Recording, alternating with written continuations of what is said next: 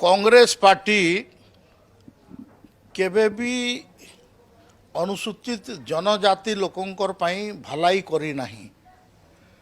भलाई तो करी नहीं किंतु शब्दरे भी मध्य सबुबले अपमानजनक शब्द व्यवहार करिछि।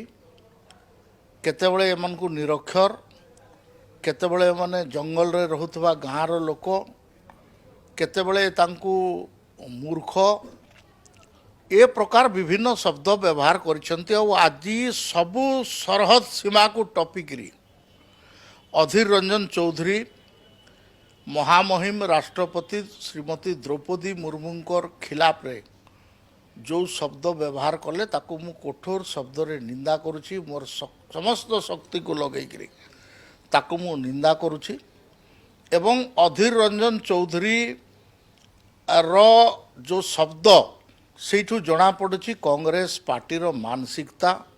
एमने केबे भी जनजाति लोकंकर भलो करी नाहंती। अटल बिहारी वाजपेयी प्रथमे जनजाति मंत्रालय बनैले 60 वर्ष परे कांग्रेस पार्टी 60 वर्ष पर्यंत आमर केबे भी कल्याण करी नहीं। आमको पशु कल्याण ये समस्तंकर संगे रखिथिले। परे आपण आज माननीय प्रधानमंत्री नरेंद्र मोदी द्रौपदी मुर्मू को जेतेबेले प्रथम भारतर एक जनजाति महिला देठू ओडिशार लोकंकु राष्ट्रपति पदरे आसीन करैले बसैले। एटा मध्य कांग्रेस पार्टी को हजम हो नहीं आ कांग्रेस नेतृत्व को हजम हो नहीं।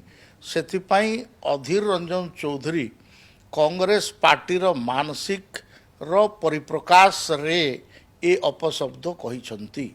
मु सेथिपाई ताको कठोर निंदा करुछि। अधीर रंजन चौधरी को पार्टी रु सस्पेंड करा जाऊ, समस्त पद पदवी ताको बाहर करा जाऊ एवं सोनिया गांधी निजे एथिपाई क्षमा मागंतु। अन्यथा आमर आदिवासी लोक माने जनजाति लोक माने आमे ए पार्टी को प्रत्याख्यान करि सारिछु। आकु फिर प्रत्याख्यान केवल करिबुनी ताकू शास्ति मध्य देबु।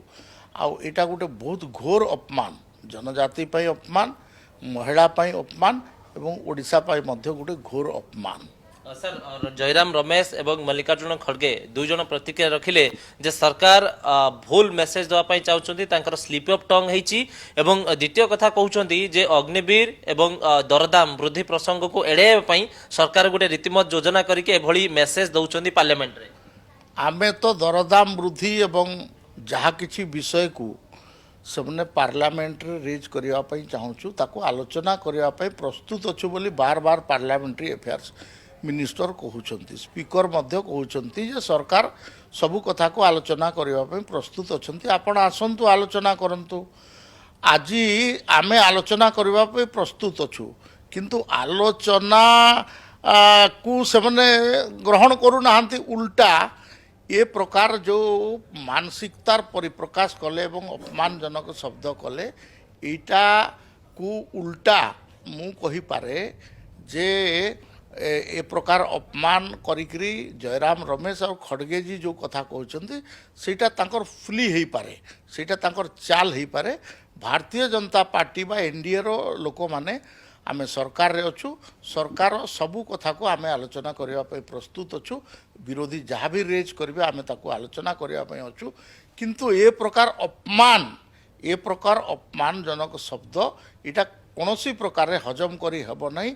आ एतार राजनीतिक प्रतिशोध आगामी दिन रे निश्चय निया जो। सर आपण भाबुचंती कि जने गरीब एवं गाँ गहली रो महिला एवं जनजाति जो मेसेजटा आपण देले पूरा विश्व को, केवल भारत में जो पूरा विश्व को एवं मैडम कर राष्ट्रपति हेबा कांग्रेस को कोना कोठी ये सुहोनी कांग्रेस देहर जाउनी बोली एभली प्रतिक्रिया होय था। निश्चित भाव रे एटा को मु तो कहूछि ना बार बार जे कांग्रेस पार्टी जनजातिंकर केबे भी भलाई करी नाही, महिला मानकर केबे भी भलाई करी नाही। आ ओडिशा को तो सब बेले नेग्लेक्ट करी रखिछि।